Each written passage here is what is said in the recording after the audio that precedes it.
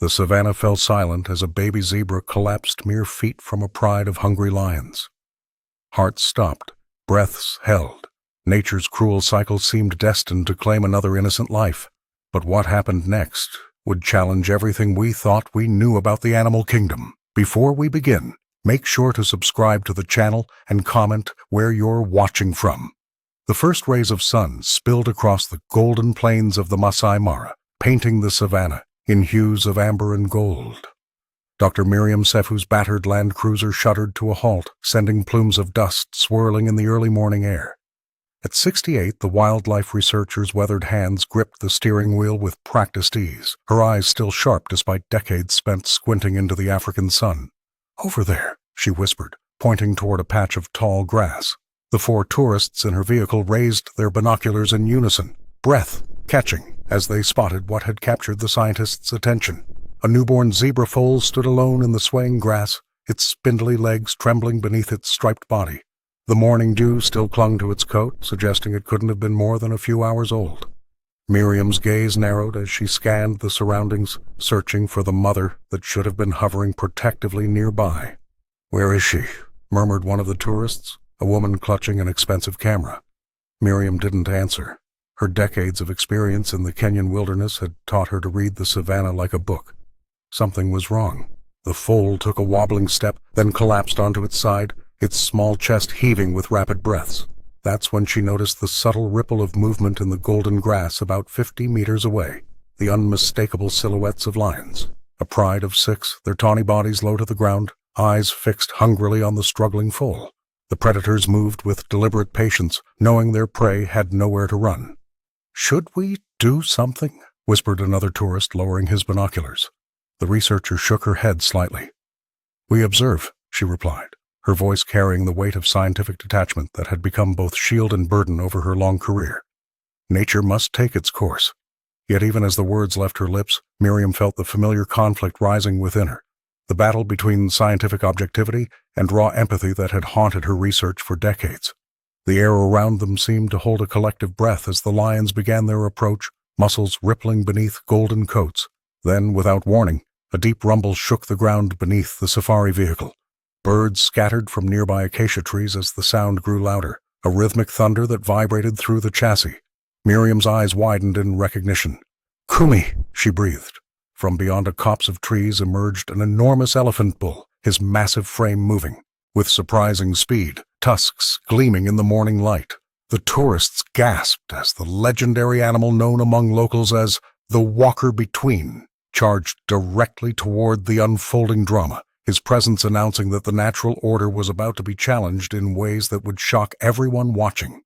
The ground trembled as Kumi crashed through a dense patch of acacia, his massive frame parting the thorny branches like curtains. Sunlight gleamed off his ivory tusks, each nearly 6 feet long and curved like ancient scimitars.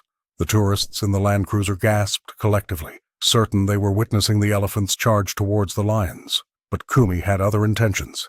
Instead of attacking the predators, the enormous bull elephant thundered directly toward the fallen zebra foal. Dr. Miriam Sefu's eyes widened in disbelief. In her decades studying wildlife behavior, she had never witnessed anything like this. The safari guests sat frozen in their vehicle, fingers trembling as they raised their cameras, hearts pounding against their ribs. With surprising gentleness for his enormous size, Kumi planted himself squarely between the vulnerable foal and the approaching pride. His ears flared wide, making his already imposing silhouette appear even more massive against the golden savannah. The matriarch of the lion pride took a tentative step forward, hunger evident in her amber eyes. Kumi's response was immediate and deafening. He raised his trunk skyward and trumpeted with such force that birds erupted from distant trees. The sound rolled across the plains like thunder, causing even the most experienced safari guides to flinch. The lions, despite their collective strength, scattered backward, their predatory focus broken by this unexpected intervention. Joan Rutherford steadied her professional camera, capturing every second of the extraordinary encounter.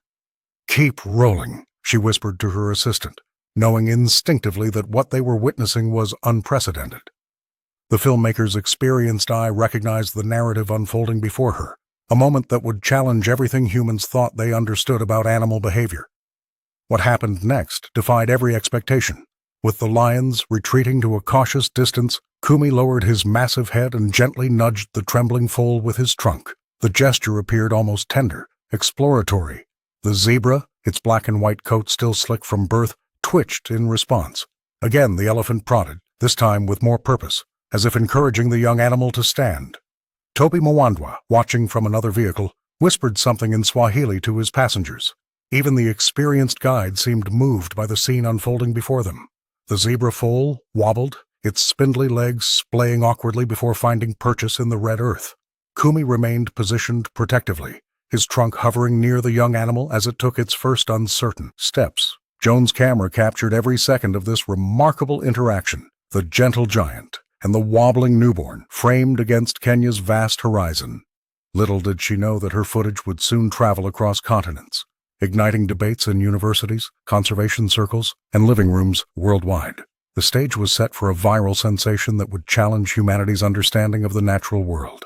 Joan Rutherford's fingers trembled slightly as she uploaded the footage to her producer late that night. The glow of her laptop illuminated her face in the darkness of her tent, the sounds of the Mara night creating a symphony around her.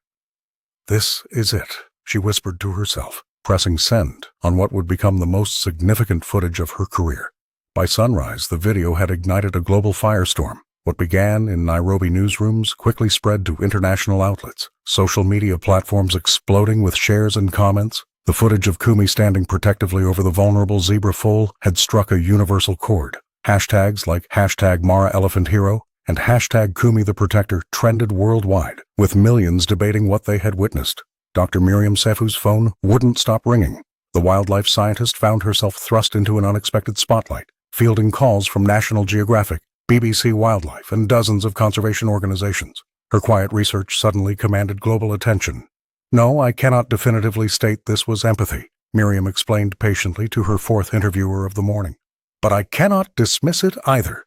Her measured responses frustrated journalists seeking sensational quotes, but earned respect from her scientific colleagues, though many remained skeptical, suggesting the behavior was merely territorial or coincidental.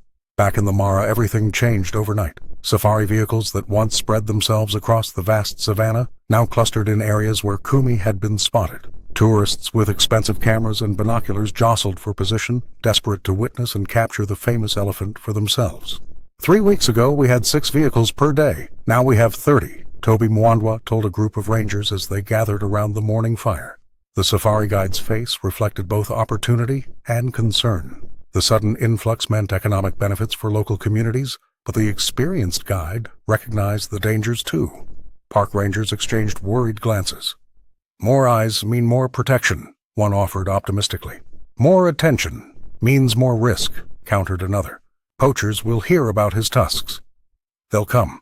The local Maasai elders called an emergency meeting. While tourists snapped photos and scientists debated theories, they discussed increased night patrols and protective measures for the elephant they'd long known was special.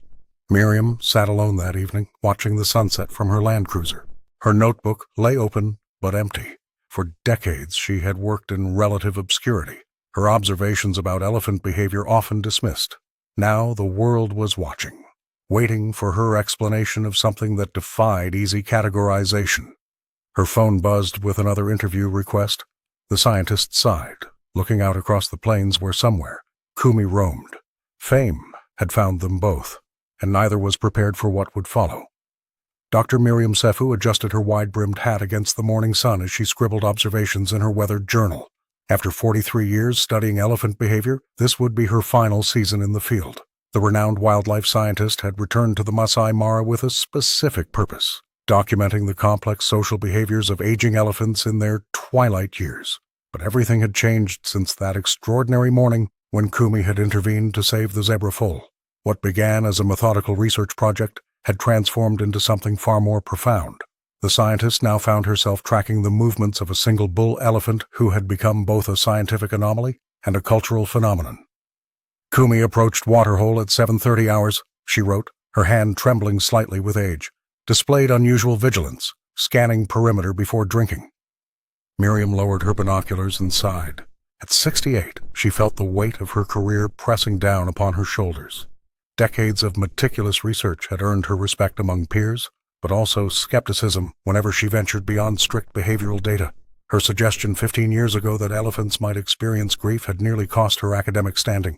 "You're projecting human emotions again, Seifu," her former colleague had scoffed. The memory still stung. So did the personal losses that had driven her deeper into her work. A marriage sacrificed to research, a sister who died before they could reconcile, and the nephew she barely knew who now worked as a guide on the same reserve. Through her viewfinder, she watched Kumi gently shepherd a younger elephant across the savannah. His movements were deliberate, protective, just as they had been with the zebra. The researcher felt the familiar tension between scientific objectivity and what her instincts were telling her. "Is it really empathy?" she whispered to herself. "Or just some evolutionary adaptation we don't yet understand?" Her satellite phone buzzed with another interview request. Since the video had gone viral, everyone wanted her expert opinion. Conservation groups cited Kumi as evidence for expanded protections. Skeptics demanded rational explanations. The Maasai elders spoke of ancient wisdom validated. Miriam tucked the phone away unanswered. The land cruiser's metal frame creaked as she shifted position, focusing again on the magnificent bull elephant in the distance. The scientific establishment had dismissed her theories before, but this time she had something they couldn't ignore. Documented evidence of cross-species protection that defied conventional understanding. "I'll follow the data wherever it leads," she murmured, picking up her pen again. "Even if it means challenging everything we thought we knew." As the African sun climbed higher, Miriam continued her vigil, caught between the scientist she had always been and the advocate she might need to become.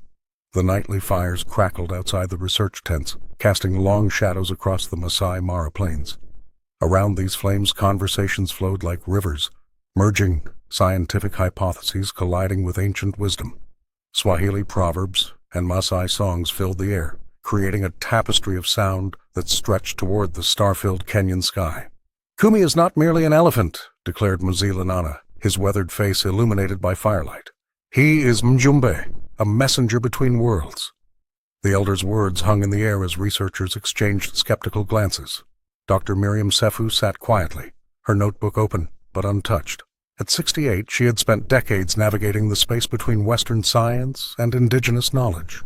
Tonight, that divide felt particularly stark as visiting biologists dismissed the elder's interpretations as superstition. "There are documented cases of elephants showing empathy," Miriam finally offered, "but what Kumi demonstrates goes beyond anything in our literature." Across the fire, Toby Mwandwa listened without comment, his face impassive. The respected safari guide had built his reputation on ethical tourism and deep knowledge of the Mara's rhythms. Tourists valued his insights, never suspecting the personal turmoil that simmered beneath his professional demeanor. His eyes occasionally drifted toward his aunt, watching as she engaged with both scientists and elders. Pride and resentment battled within him. Pride in her accomplishments, resentment for the years she had chosen research over family. When his parents had died, Miriam had remained in the field, sending money but never returning home. "Tomorrow's safari group wants to see Kumi specifically," Toby mentioned to a colleague, deliberately loud enough for Miriam to hear. "I've explained that wildlife isn't a circus performance." The researcher glanced his way, their eyes meeting briefly before both looked away.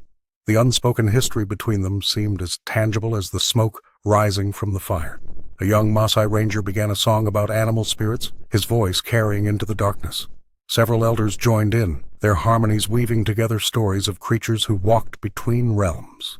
Even some of the scientists fell silent, momentarily captivated. Toby rose quietly, moving away from the gathering. He paused at the edge of the firelight, watching as his aunt made notes in her journal. For all her scientific rigor, she was listening to the elders with genuine interest, something that surprised him. Perhaps there was more common ground between them than he cared to admit. Both sought understanding of the natural world. Both recognized something extraordinary in Kumi's behavior, but the wounds of abandonment ran deep, and reconciliation would require more than shared fascination with an elephant. As the night deepened, the conversations continued. Science and tradition, observation and intuition, all circling the mystery of an elephant who defied expectations and blurred the boundaries between species. Joan Rutherford wiped the dust from her camera lens for the third time that hour. The Kenyan heat made everything sticky, but she couldn't risk missing a single moment of what was unfolding before her. 25 years of documentary filmmaking had taught her patience, but nothing had prepared her for Kumi. "Just a bit closer," she whispered, adjusting her focus as the massive elephant gently guided a young gazelle away from a watering hole where crocodiles lurked. Through her viewfinder, Joan captured the tender way his trunk curled protectively around the smaller animal. Back at camp that evening, she reviewed the day's footage with trembling hands. Her satellite phone buzzed incessantly. Her producers in Nairobi had seen yesterday's rushes and wanted more. They're asking for drama, conflict, she told Miriam, who sat nearby organizing field notes. They want me to emphasize the danger, maybe stage some near misses with predators. The wildlife scientist looked up sharply. That's not what's happening here. What Kumi is doing is extraordinary enough without fabrication. Joan nodded, but the pressure weighed heavily. Her career had been built on truth, yet her production company was already cutting promotional trailers that made Kumi seem almost supernatural. The clips were getting millions of views online and sponsors were lining up. This could be my legacy piece, Joan admitted, staring into the campfire. But at what cost? The following morning, she followed Miriam's Land Cruiser across the savannah. The filmmaker had spent decades pointing her camera at wildlife, but for the first time, she felt the weight of responsibility pressing down on her shoulders. The story of the elephant and his unlikely charges deserved authenticity.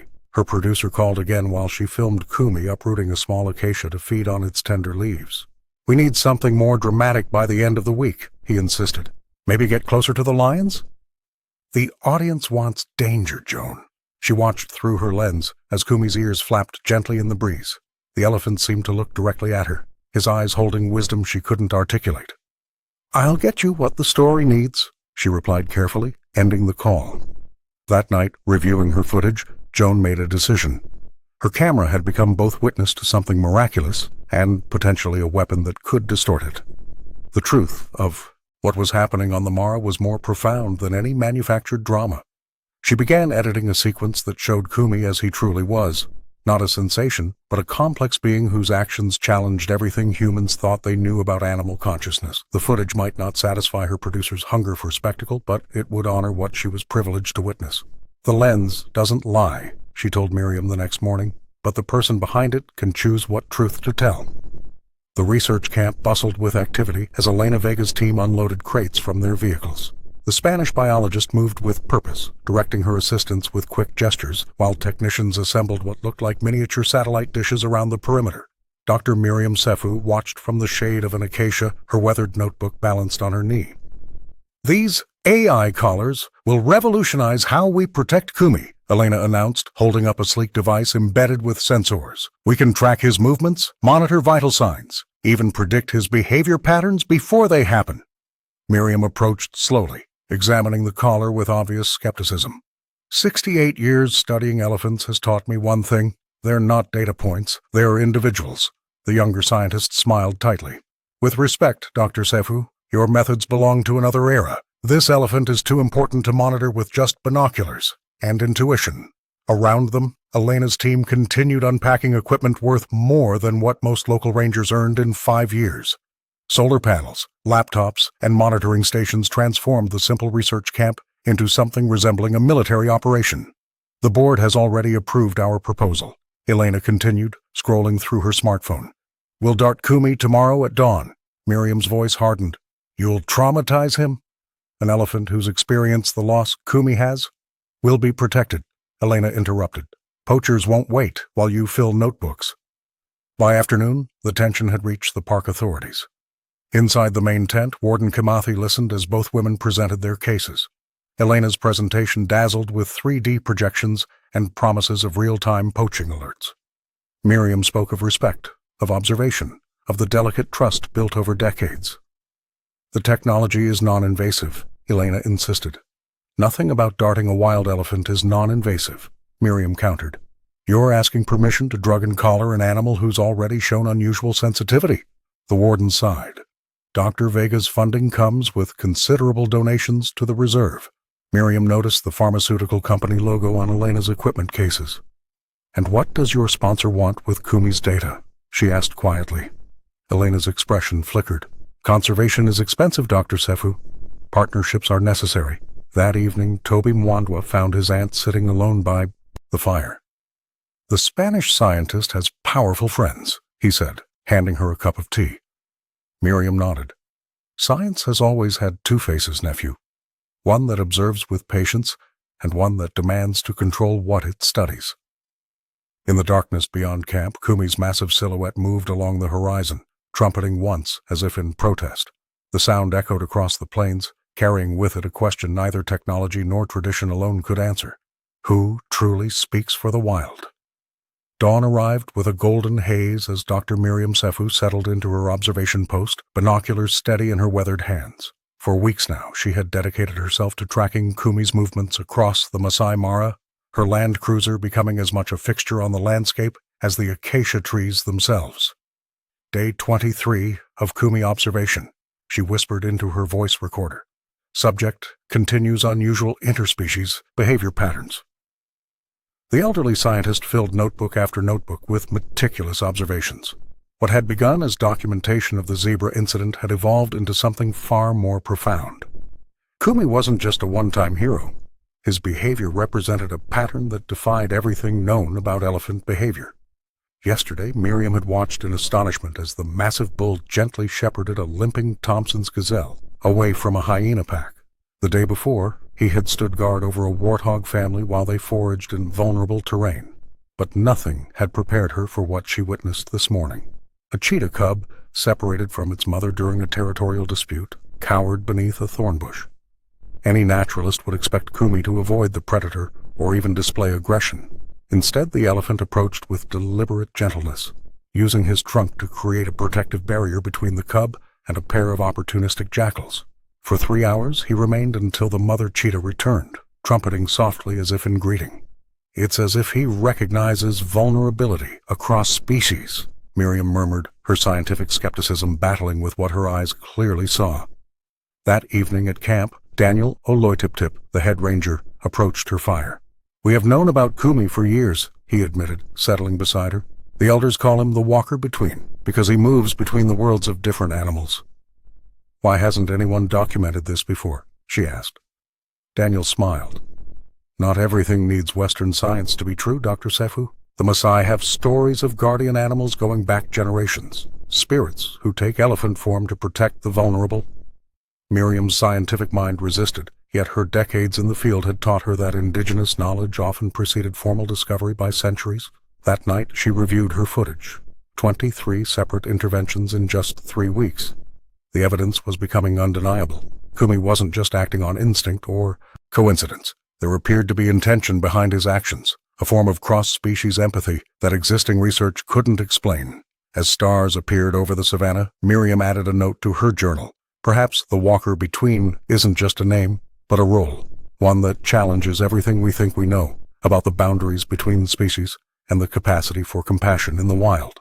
The afternoon sun cast long shadows across the savannah as Kumi's massive frame thundered across the plain.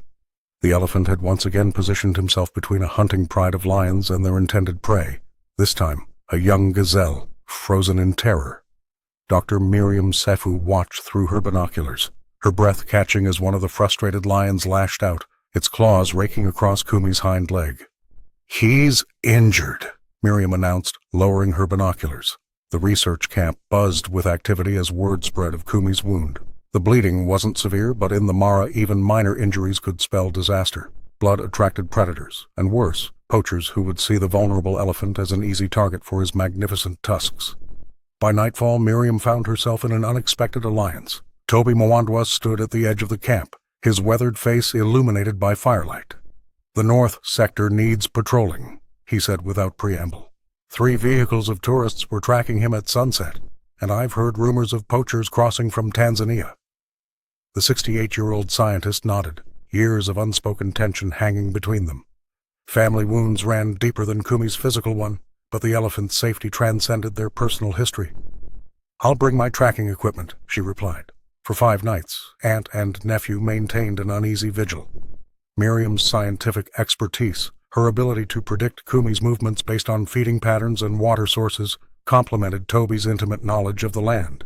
The safari guide knew every hidden approach, every poacher's trail, every shortcut through the acacia thickets. "He favors watering holes with claybanks," Miriam observed on the 3rd night, her voice softer than usual. "The minerals help with healing." Toby nodded, adjusting the spotlight mounted on his land cruiser. "My father used to say elephants were their own doctors." A rare smile crossed his face. "Your brother would have loved this, you know." The mention of her late brother, Toby's father, hung in the air between them.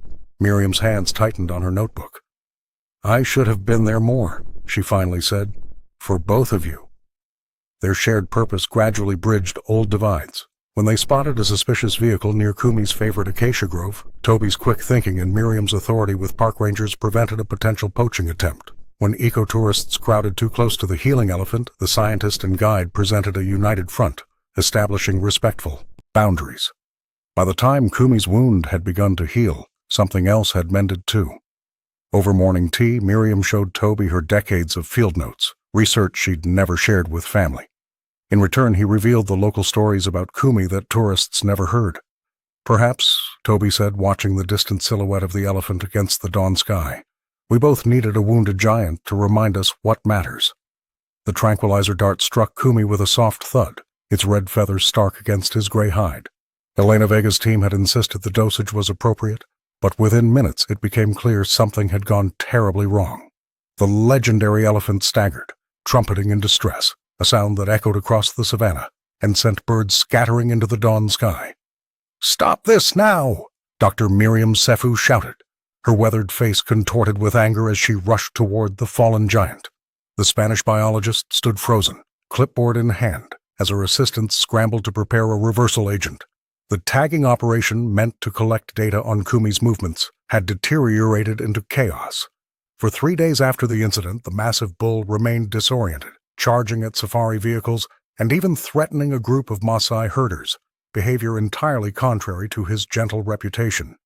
Videos of his aggression spread across social media, the same platforms that had once celebrated his compassion, now questioning if the walker between had been nothing but a temporary anomaly. "You've compromised years of trust," Miriam told Elena during the Emergency Conservancy Board meeting. The older scientist's voice trembled not with age, but with fury. "Animals remember trauma. What you've done may have permanently altered his behavior." The park authorities were unforgiving. "Dr. Sefu, you were the senior researcher present. How could you allow this to happen?" The Conservancy director's question hung in the air of the stuffy tent, cameras from international news outlets capturing every moment of Miriam's public humiliation. Meanwhile, 50 kilometers south, Joan Rutherford's camera captured something extraordinary. Kumi, still groggy from the tranquilizer, had wandered to a sun-bleached elephant graveyard. There, beside the massive skull of an old matriarch, the bull performed what appeared to be a mourning ritual, gently touching the bones with his trunk, standing in silence for hours, then covering the remains with branches and dust. "Are you getting this?" Joan whispered to her sound technician as they crouched behind an acacia, the camera's lens zooming in on Kumi's eye, where moisture gathered like dew. "This changes everything." When the footage reached Nairobi that evening, scientific circles erupted in debate. Western journals dismissed it as anthropomorphism, projecting human emotions onto animals, but Maasai elders nodded knowingly. "Tembo remembers," one told Toby Mwandwa as they watched the video on his smartphone. Elephant carries the past in his heart. For Miriam, fighting to save her career and protect Kumi from further exploitation, the footage offered both vindication and deeper questions. The elephant's capacity for grief seemed to mirror her own, complex, profound, and impossible to capture in clinical terms. As night fell over the Mara, she wondered if science alone would ever be enough to understand what truly moved between species in this ancient landscape. The name Kumi appeared in headlines across the globe. Photos of the massive elephant standing guard over vulnerable animals adorned magazine covers and television screens from Nairobi to New York. Dr. Miriam Sefu found herself thrust into a spotlight she had never sought, fielding calls from prestigious journals and television producers at all hours. "You need to publish these findings immediately," urged the head of the Conservancy Board during their weekly meeting. 30 days. Miriam, that's all we can give you before we need concrete results, or we'll have to reconsider your permit. The elderly researcher nodded silently, her weathered hands clutching her field journal. The pressure felt suffocating. For decades she had worked in relative obscurity, her observations respected but rarely celebrated. Now, everyone wanted a piece of her discovery. Outside the meeting tent, Elena Vega paced while speaking rapidly into her smartphone. The Spanish biologist's funders were growing impatient. "We need more data points," she insisted. "The pharmaceutical applications alone could be revolutionary. Just one more caller, more invasive monitoring." Meanwhile, Toby Mwandwa guided his safari vehicle along the dusty tracks, pointing out wildlife to his excited tourists. "Yes, that's the area where Kumi is often spotted," he explained for the third time that day. The guide felt the weight of responsibility. Every tourist now demanded to see the famous elephant, regardless of the animal's needs or natural patterns. In the local village, Maasai elders gathered under the shade of an acacia tree, their discussions growing heated. "The elephant was known to our ancestors," one elder insisted. "These outsiders cannot claim him as a scientific curiosity." Joan Rutherford's camera captured it all: the tension, the wonder, the competing narratives. Her producer demanded more dramatic footage, something to keep the viral story alive. "Get me something emotional," he urged during their nightly call. "The audience needs more." Most concerning to Miriam were the reports from rangers of unfamiliar vehicles circling the reserve's boundaries after dark. Poachers, drawn by Kumi's fame and his magnificent tusks, were watching and waiting. "They know exactly what he's worth now," she confided to Toby during a rare moment of shared worry. "Not just the ivory, but the notoriety of killing the world's most famous elephant." That night, as campfires flickered across the Mara, Miriam sat alone, with her research, the carved elephant talisman warm in her palm. The stakes had never been higher. Her findings could revolutionize how science understood animal empathy, or they could put Kumi in even greater danger. She looked up at the star-filled Kenyan sky, feeling the weight of fame crushing down on all of them. For Kumi, for herself, for the delicate balance of the Mara. Everything now hung in a precarious balance. The canvas tent billowed in the evening breeze as nearly 100 people crowded inside, their voices rising and falling like the savanna grass. Dr. Miriam Sefu sat quietly at the front table, her weathered hands folded over her field journal as the Maasai assembly began. Park officials had called this meeting after weeks of escalating tensions over Kumi's management. "The elephant has been part of our stories since before your grandparents arrived with their cameras," Elder Naikuni declared, his red shuka bright against the dimming light. "Our ancestors understood the walker between. Your science is only now catching up." Elena Vega stood abruptly, tablet in hand. "With respect, we need more than stories.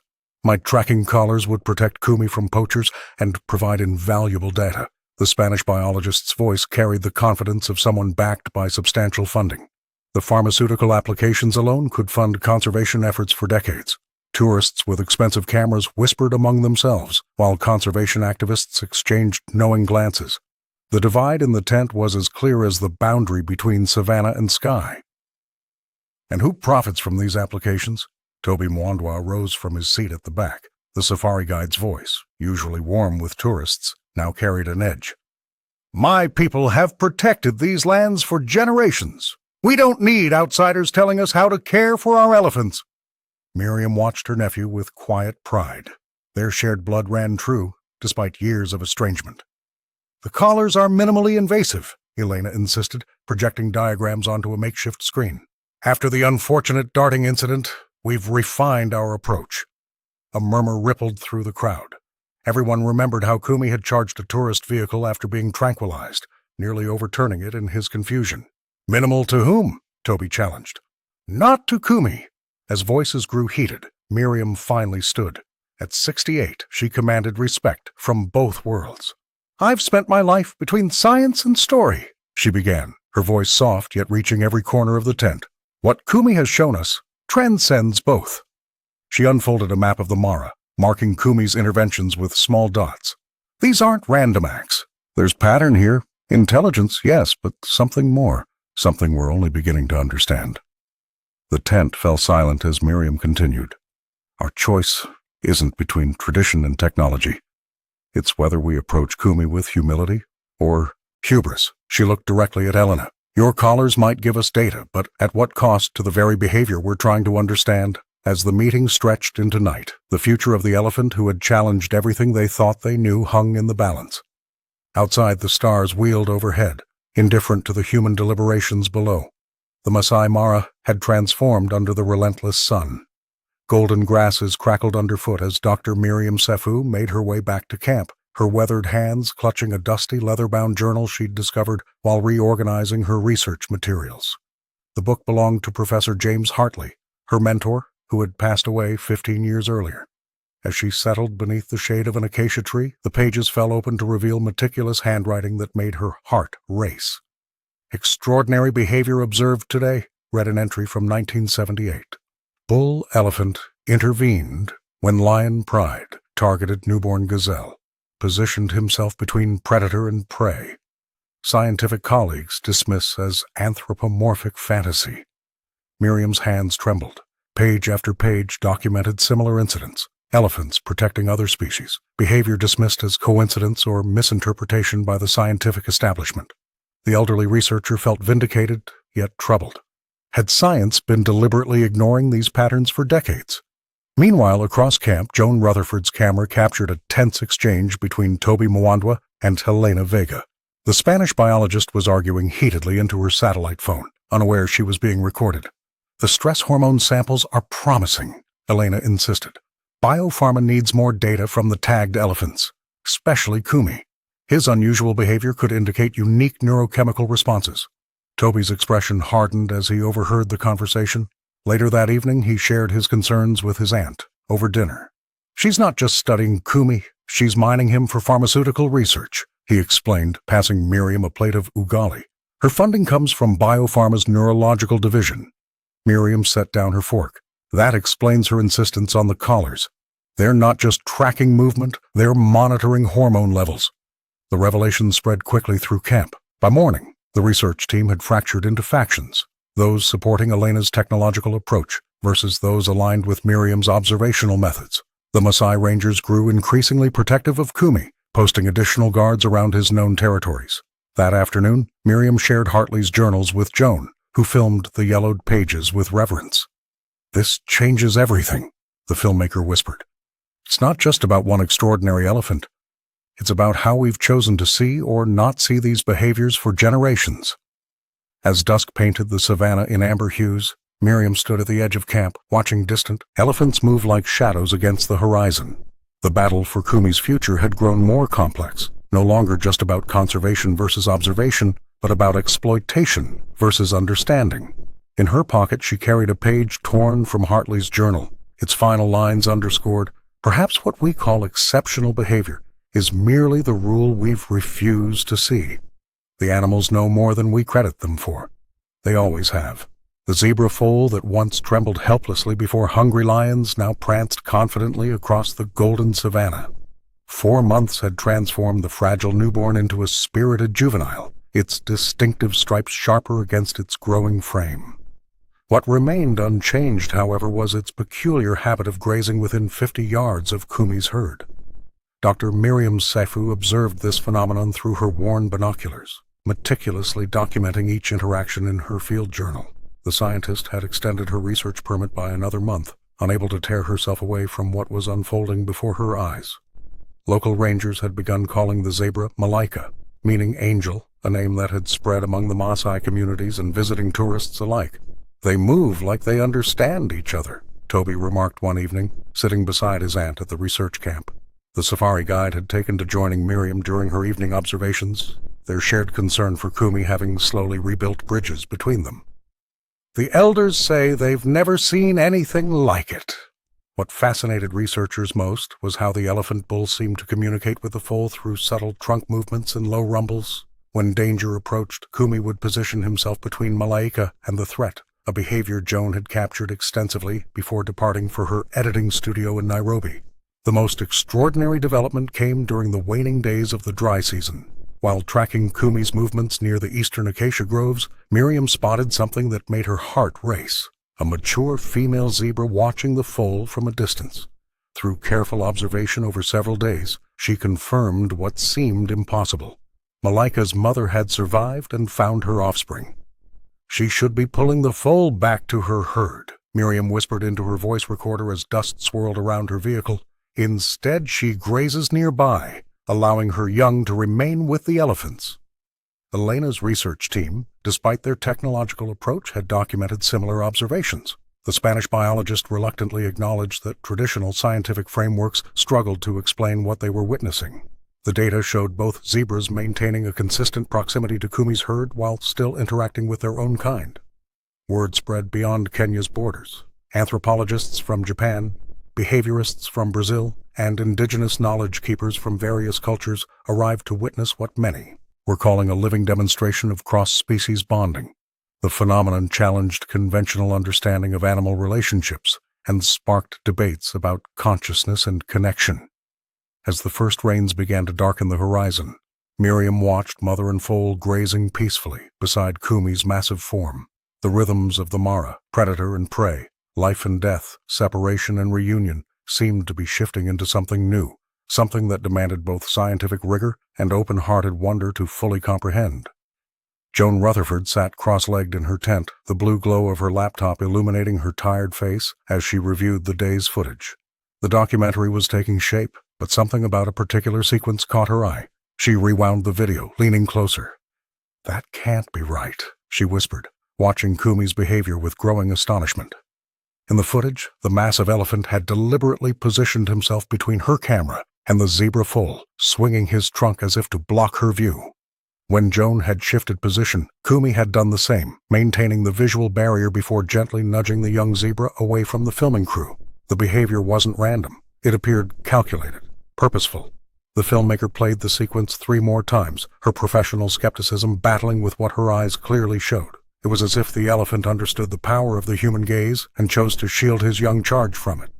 Meanwhile, at the edge of the research camp, Toby Mwandwa knelt beside a small salt lick he'd created, carefully mixing mineral salts into the earth. The safari guide glanced over his shoulder, knowing full well he was bending park regulations. Rangers were forbidden from interfering with wildlife behavior, but Kumi's wound from the lion encounter was healing slowly. "Just a little help," Toby murmured, smoothing the earth to hide evidence of his intervention. His concern for the elephant had gradually overshadowed his resentment toward his aunt. The next morning, Dr. Miriam Sefu tracked Kumi's footprints to the salt lick. Decades of experience told her immediately what had happened. Rather than anger, a smile crossed her weathered face as she recognized her nephew's handiwork. When Toby arrived with the morning's first tourists, Miriam pulled him aside. "The salt lick," she said quietly. "That was you." Toby stiffened, preparing for a lecture on scientific protocol and non-interference. Instead, his aunt squeezed his arm gently. "Thank you," she said. "Sometimes compassion matters more than rules." That evening, Miriam and Toby shared tea by the campfire, their silences no longer strained but comfortable. The researcher showed him Joan's footage of Kumi blocking the camera. "In 48 years of fieldwork," Miriam said, "I've never seen anything like it." Toby nodded. "The elders would say Kumi understands more than we give him credit for." "Perhaps they're right," Miriam admitted, watching the flames dance. "Perhaps science doesn't have all the answers." As the fire crackled, aunt and nephew found common ground in their shared concern for the elephant, who continued to challenge everything they thought they knew about the natural world. The afternoon sun beat down on the canvas tent as Dr. Miriam Sefu pored over her notes, surrounded by stacks of weathered journals and recorded interviews. She had spent weeks talking with Maasai elders and local rangers, piecing together fragments of Kumi's past like an archaeological dig through memory and myth. The Great Flood came without warning, Elder Naikuni had told her, his eyes distant with remembrance. 7 rainy seasons ago, the river rose higher than anyone had seen in 50 years. Many animals were lost. Miriam traced her finger across a faded map, marking the spot where rangers had found Kumi, wandering alone, separated from his herd, the only survivor. According to Ranger Joseph, the elephant had spent months calling for his family, trumpeting into the night until his voice grew hoarse. "And when did you first notice his unusual behavior with other animals?" she had asked. The ranger's answer still echoed in her mind. "About a year after the flood. He stopped a buffalo from trampling a lost lion cub. We thought it was chance, until we saw him do it again with an injured impala." The scientist carefully arranged photographs on her makeshift desk, each one showing Kumi intervening in what should have been natural predator-prey interactions. The zebra foal was merely the most recent and most public example of a pattern stretching back years. Outside, the land cruiser pulled up and Toby stepped out carrying a leather-bound book. "Found this in the ranger station archives," he said, placing it before his aunt. "From 1976. Miriam opened the brittle pages to find detailed sketches of another elephant. Not Kumi, but an older bull, standing between a cheetah and a gazelle fawn. The observer had written anomalous behavior, requires further study, in faded blue ink. "There have always been stories," Toby continued, settling into a camp chair. My grandmother used to tell me about the guardians, elephants who walk between worlds. The elders say some elephants carry the spirits of ancestors who protect the balance. Miriam felt the familiar tension between her scientific training and the undeniable patterns before her. Western science would call this anthropomorphism, she murmured. But what if we've been wrong? What if these behaviors aren't anomalies but something we've simply failed to document properly? She picked up her mentor's journal, remembering how his observations of elephant empathy had been dismissed as sentimental fantasy by academic journals, the same dismissal she had faced throughout her career. Do you think Kumi is unique? Toby asked, pouring tea from a thermos. Miriam gazed toward the horizon where Kumi's massive silhouette moved among the acacia trees. I think he's exceptional, but not alone. These stories have always existed. We just haven't been listening. She closed the old journal, suddenly certain that the truth lay not in choosing between science and story, but in finding the place where they met. The first rains fell across the Masai Mara, transforming the golden savanna into a sea of vibrant green. But as the landscape awakened with new life, a palpable tension descended over the reserve.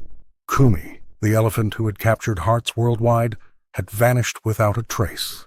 Dr. Miriam Sefu stood at the edge of camp, binoculars hanging uselessly at her side. For 3 days neither she nor the rangers had spotted the massive bull. The scientist's weathered face betrayed her concern as she climbed into her land cruiser, determined to expand the search perimeter. Any sign? Toby Mwandwa asked, approaching his aunt's vehicle with a thermos of coffee. The researcher shook her head. Nothing. It's as if he simply walked off the map.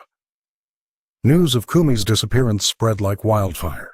Tourists who had booked safaris specifically to see the walker between crowded the lodges, disappointment and worry mingling in equal measure.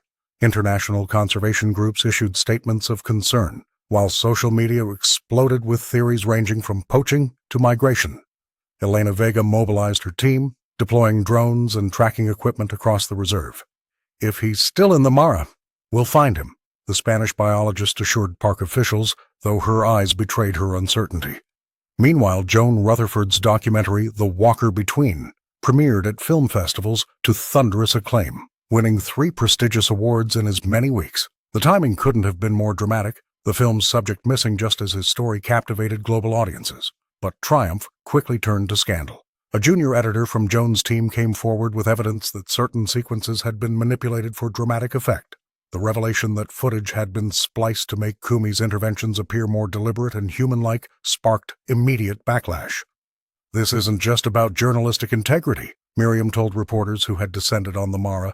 It's about respecting these animals for what they truly are, not what we wish them to be. The Maasai elders called for a community gathering, their voices rising in unified concern. Kumi is not a character in your stories, one elder declared to the assembled media. He belongs to this land, to our history. As rain drummed against tent canvas, Toby organized local guides into search parties, their knowledge of hidden watering holes and secret passages through the reserve proving invaluable. Each evening, they returned muddy and exhausted, without news. On social media, #FindKumi trended globally. Conservation organizations offered rewards for information, while activists demanded transparency from both Joan's production company and Elena's research team. 17 days into Kumi's disappearance, as hope began to wane, Miriam stood alone in the rain, clutching her carved elephant talisman. The search had become more than a scientific endeavor. It was a reckoning with how humans frame, capture, and sometimes distort the natural world to fit our own narratives. The morning mist had barely lifted when Toby Mwandwa spotted the unmistakable silhouette on the horizon. After 23 days of absence that had plunged the Mara into collective anxiety, Kumi had returned. But he wasn't alone. The safari guide's hands trembled as he raised his binoculars, hardly believing what he saw. "Miriam!" he called out, his voice cracking with emotion. "He's back, and he's not alone." Dr. Miriam Sefu emerged from her tent, her weathered face lighting up as she grabbed her field journal. Through her binoculars, she confirmed what seemed impossible. Kumi was accompanied by a female elephant they had never documented before, and between them tottered a tiny elephant calf, its trunk curling experimentally in the morning light. "A family," she whispered. "He's formed a family." Word spread like wildfire across the savannah. By midday, the research camp buzzed with activity as Elena's team scrambled to document this unexpected development. Joan Rutherford, who had remained in Kenya despite the controversy surrounding her footage, arrived breathless with her camera equipment. "Is it true?" the filmmaker asked, her eyes wide with wonder. Miriam nodded, unable to suppress her smile. "The walker between has become a father." Even more remarkable was the sight of the zebra foal, now nearly half-grown, still traveling comfortably alongside the elephants. The young zebra maintained a peculiar bond with Kumi, often walking directly beside the massive bull as if they shared some secret language. The Maasai elders gathered that evening around the fire, their songs taking on new meaning. "This is why we named him the Walker Between," one elder explained to the assembled researchers and tourists. "He walks between worlds, between species, between life and death, between what we know and what we have yet to learn." Elena Vega, for once subdued, sat quietly analyzing her data. "This challenges everything in the literature," she admitted to Miriam.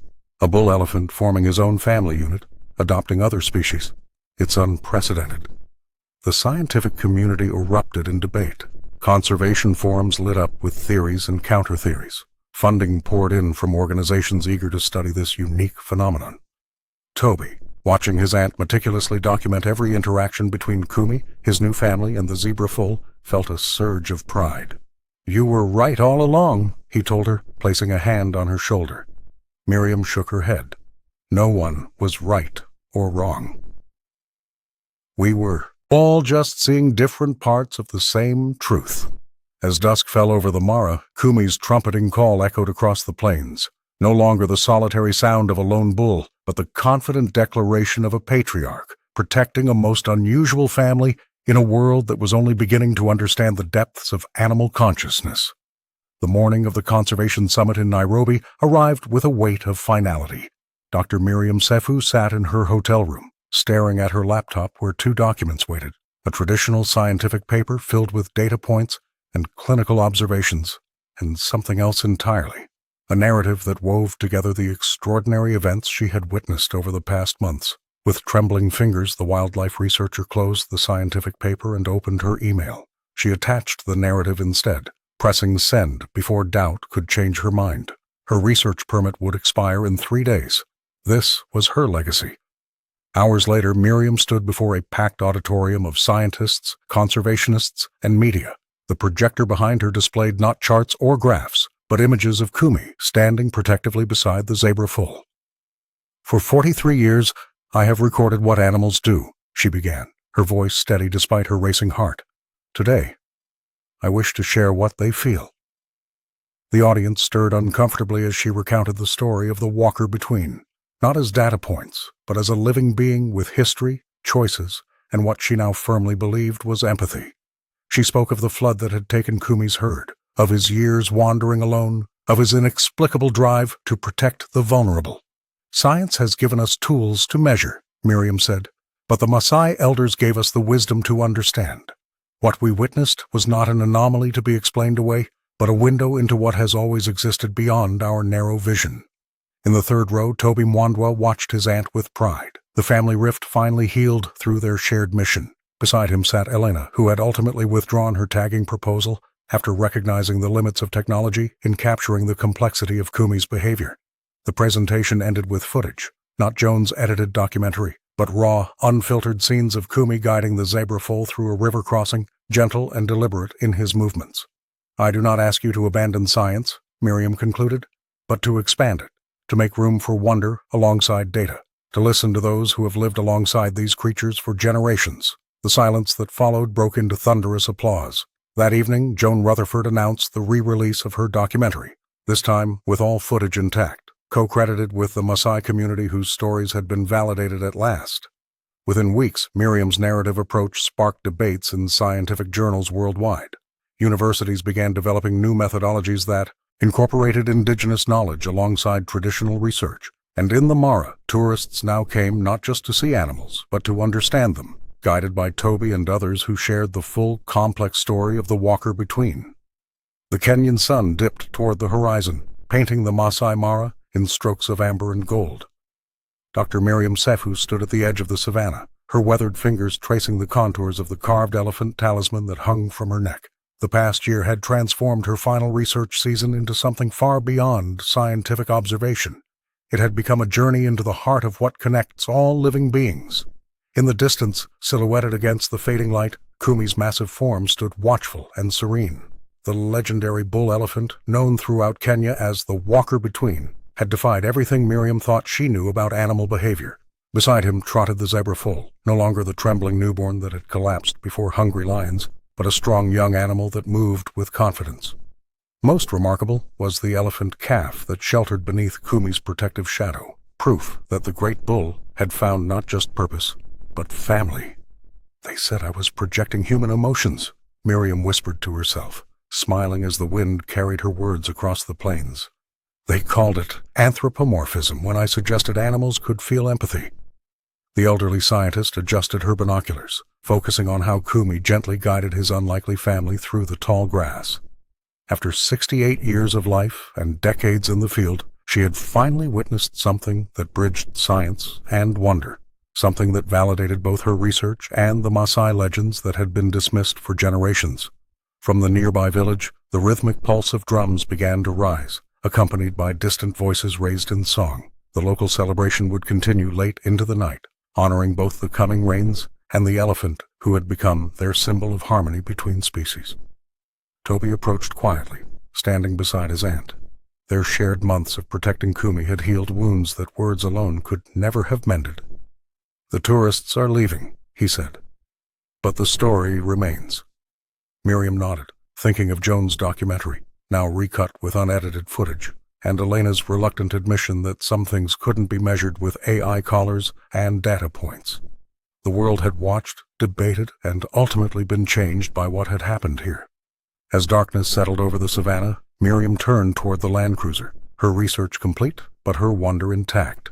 She had come seeking scientific certainty and would leave with something far more valuable, the knowledge that the natural world still held mysteries beyond human understanding. The talisman grew warm against her palm as Kumi raised his trunk in what seemed impossibly like farewell. Miriam smiled, no longer needing to categorize or explain. Some connections transcended species, some truths defied measurement, and some stories, like the one written across this golden plain, would continue long after the observers departed.